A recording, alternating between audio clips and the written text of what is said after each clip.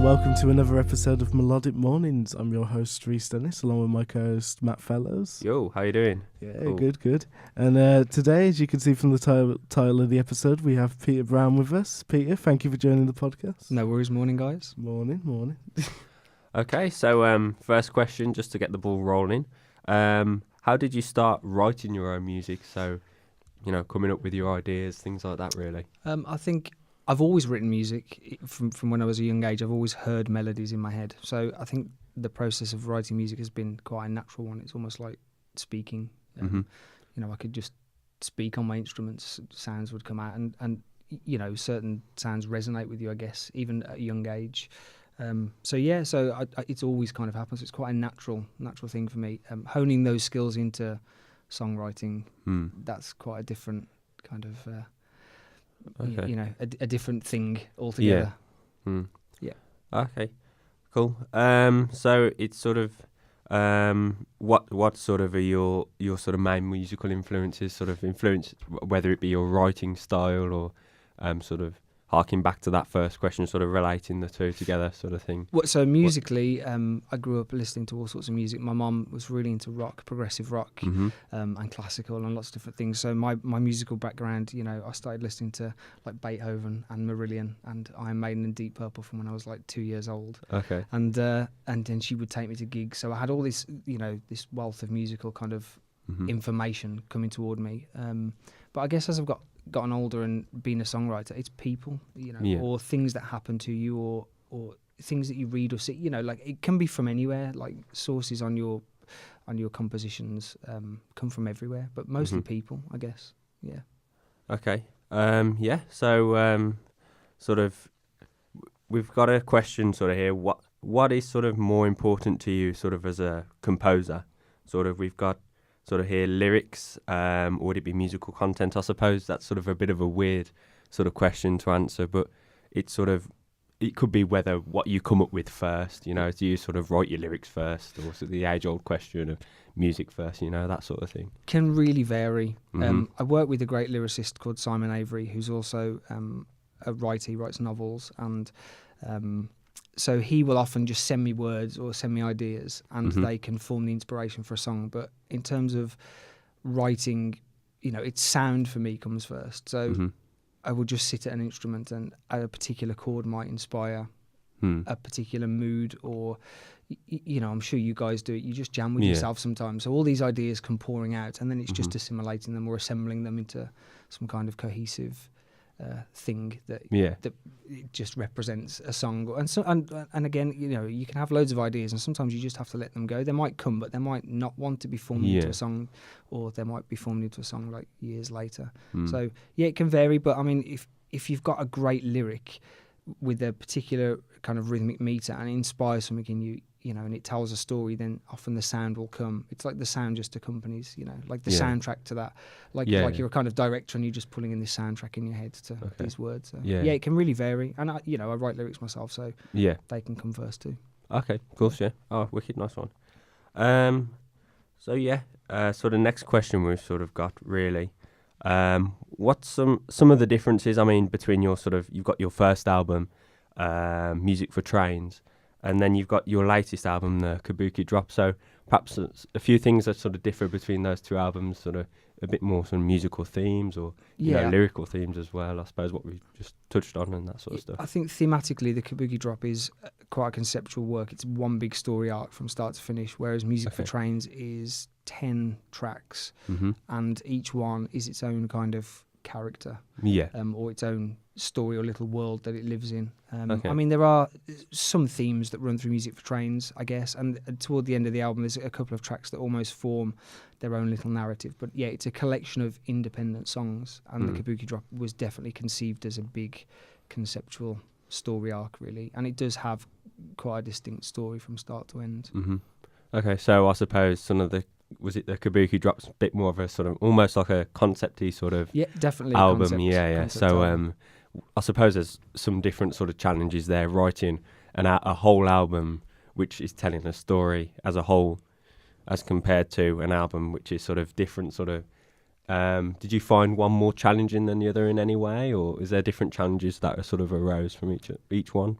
I think the Music for Trains was my first solo record, so the challenge came in learning how to be a better songwriter and representing what I heard in my head as a recording. That was quite a challenge. I'd done lots of recording with other artists, but when you are in complete control, when you have autonomy over a project, it's really difficult to separate your emotions from actually what you're listening to. And I think I'd gotten much better at that by the time I made the second record. So they both had their own challenges. Kabuki Drop took a lot longer, not to write. I wrote it really quickly, but to record, because I just, I kept going back to it, whereas the Music for Trains was a very intense period of work.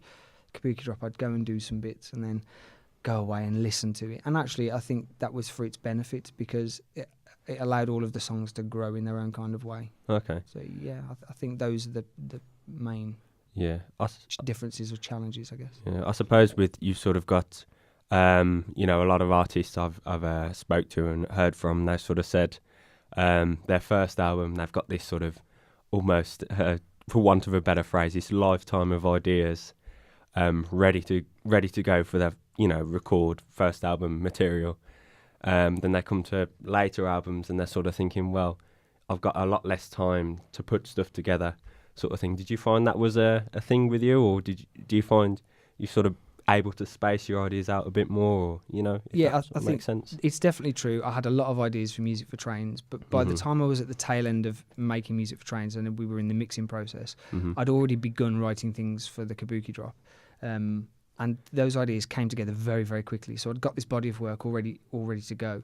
Yeah. And I think by the time I got to the mixing stage of Music for Trains, I was all ready to do something else. Yeah, of course. And the Kabuki Drop, that was even worse, because it was just going on, this really protracted kind of 4-year period of making this record. And I kept thinking, I really want to be doing something else now. So I'd go and get involved in other people's projects. But I think, I was still writing at that time as well. So I've got a whole a catalogue of other songs now that need to come out somewhere. But yeah, definitely I kind of picked what I thought were the best songs during the Music for Trains period.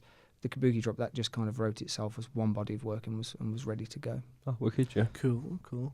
I think I've listened to the Kabuki Drop, and you can really one of the key things you notice when you listen to the album, with regards to it being a concept album, is the interludes themselves.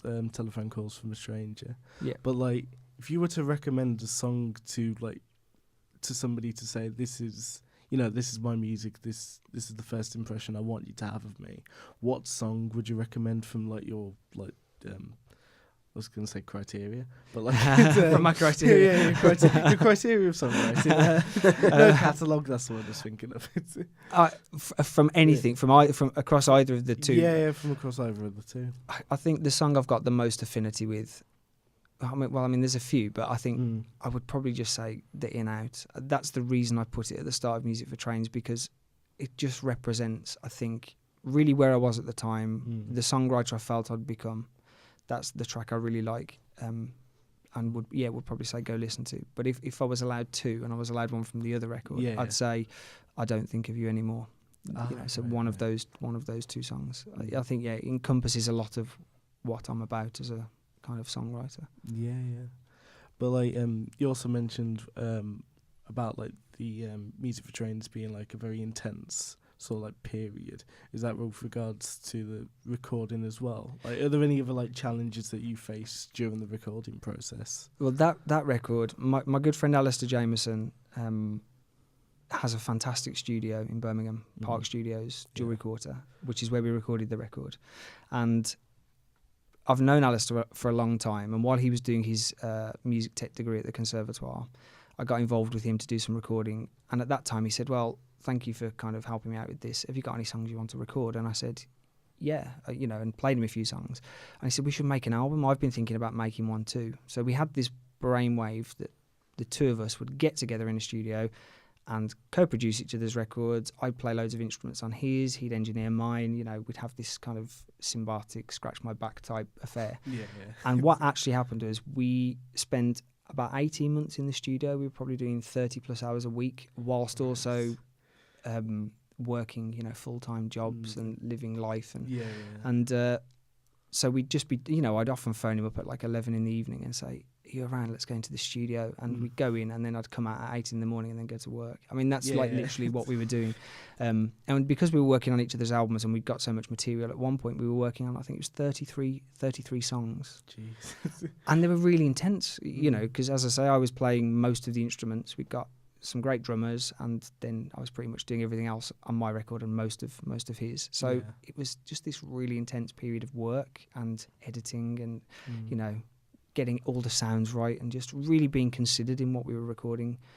So it was a very intense period. Yeah.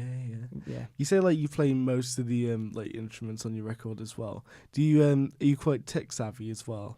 Because like personally, when I find like recording with like technicians, they'll occasionally say things. Oh, we can change the EQ here, and like we can like do this with the song, and I'm like, I'll just play the chords, mate. Like, you know what I mean? Like, do you have like a key understanding of like tech stuff, basically? Certainly now it's much stronger.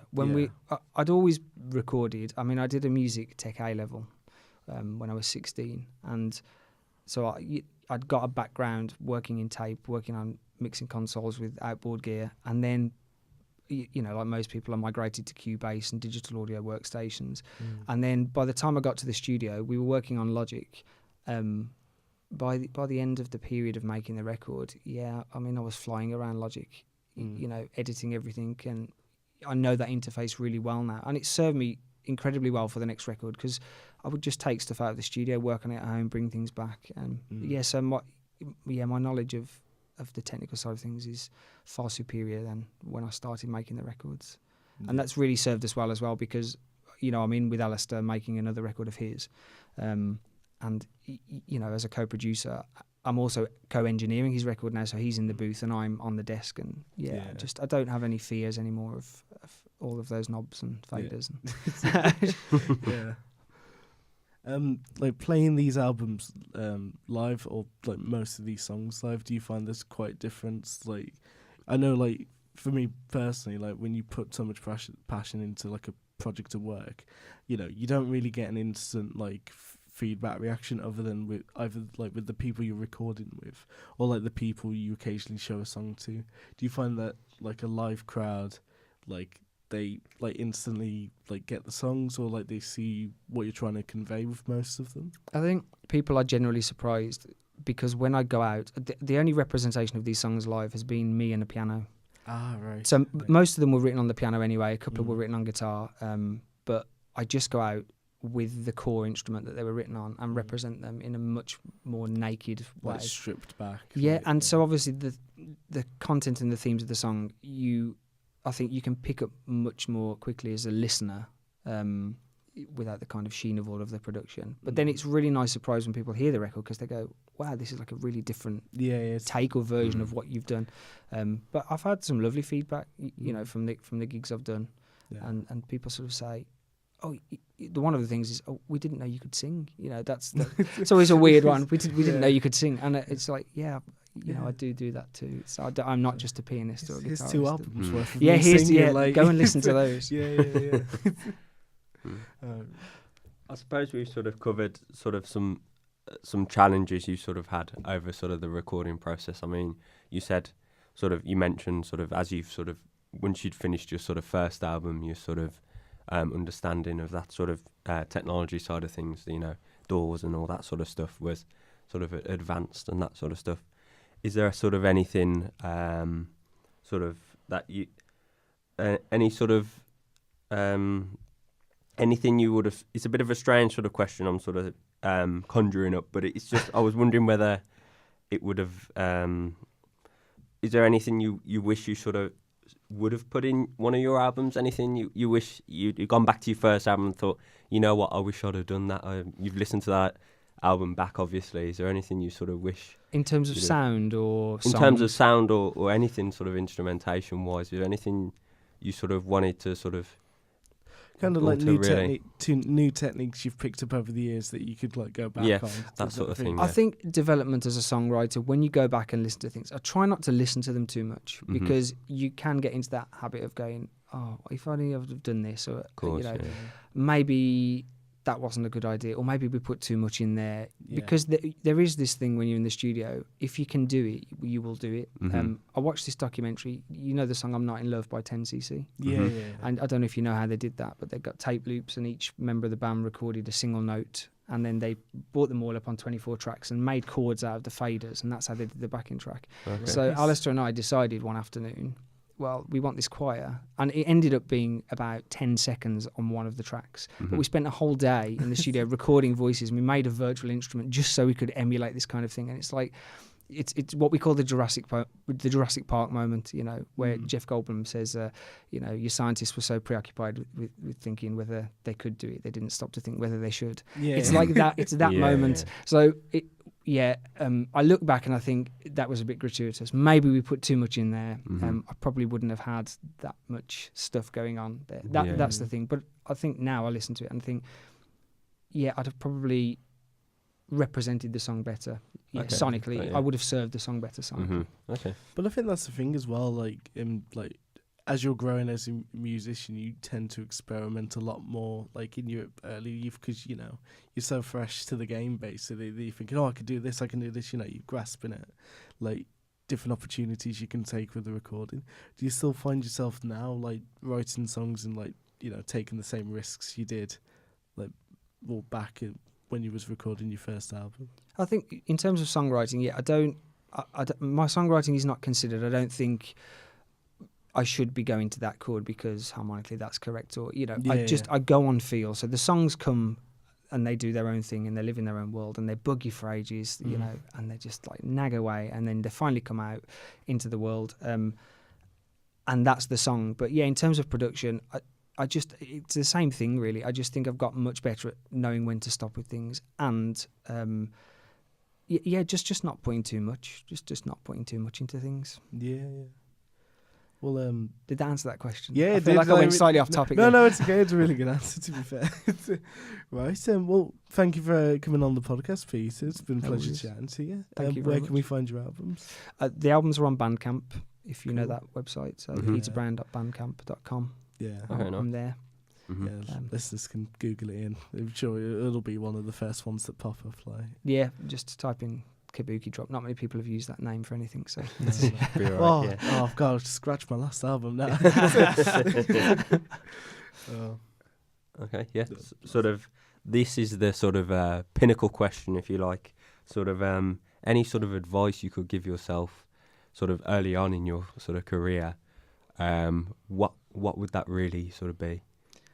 I know that's sort of quite a difficult question to sort of think over, but that's a good question. It's a question we've sort of been asking everyone, so okay, it's a so theme we're keeping going. I would say, just going back to what I was saying earlier about people saying we didn't know you were a singer, I think it took me a long time to have the confidence to sing. And if I could go back in time, I'd say to myself, just do it sooner, because you'll probably get loads more work, you know, if you can sing. So a producer once said to me, you've got a really good voice for a backing vocalist, and I was never quite sure how to take that really. Of course. What he was saying was my voice layered quite well, but I took that really to heart for years, and I thought, God, I'm never going to be a singer. And then, so finding your own voice, I just wish I'd done that years before. Yeah, of course. But I think the main thing is, the creative process is one thing, and we all, like, you can marry into that kind of romantic ideal of being a composer or a songwriter and waiting for these ideas to come out of the ether, and all this kind of, romantic notion of where songs come from. But actually, it's graft. And if I could, again, go back 20 years and say to myself anything, I'd say, treat it like a business, learn that side of it and allocate time every week and be really organised with your time, because the creative process is going to come whether you want it to or not. So if you've got everything else sewn up and prepared, it makes that bit much easier. That's why artists have managers, because it's really hard to balance those two things. So if you can be on top of that all the time, if you can make sure you're booking your gigs, keep your diary organised, keep your calendar organised, and be on top of where you are financially, and treat it like a business. Work 9 till 5, or as most musicians, 12 till 6, 12 till 4. Finished. 11 till 8 in the morning, But it just, do you know what? That's my favourite time to work. 11 p.m. till 6 a.m. It's like that lovely, the poet's time, Okay, But treat it like a business and understand all the facets of it. Get involved in the technology. Just be involved in everything and listen to people. Spend time with people and listen to what they have to say. Don't think you know it all. Yeah. That's my advice. No, really good answer and a good way to end the podcast. This will be the last podcast in the current series of Melodic Mornings. We'd like to thank the listeners who've been listening, day to day, for the full week. So this is goodbye. I've been your host, Rhys Dennis. And I've been your host, Matt Fellows. And for the last time, have yourself a melodic morning.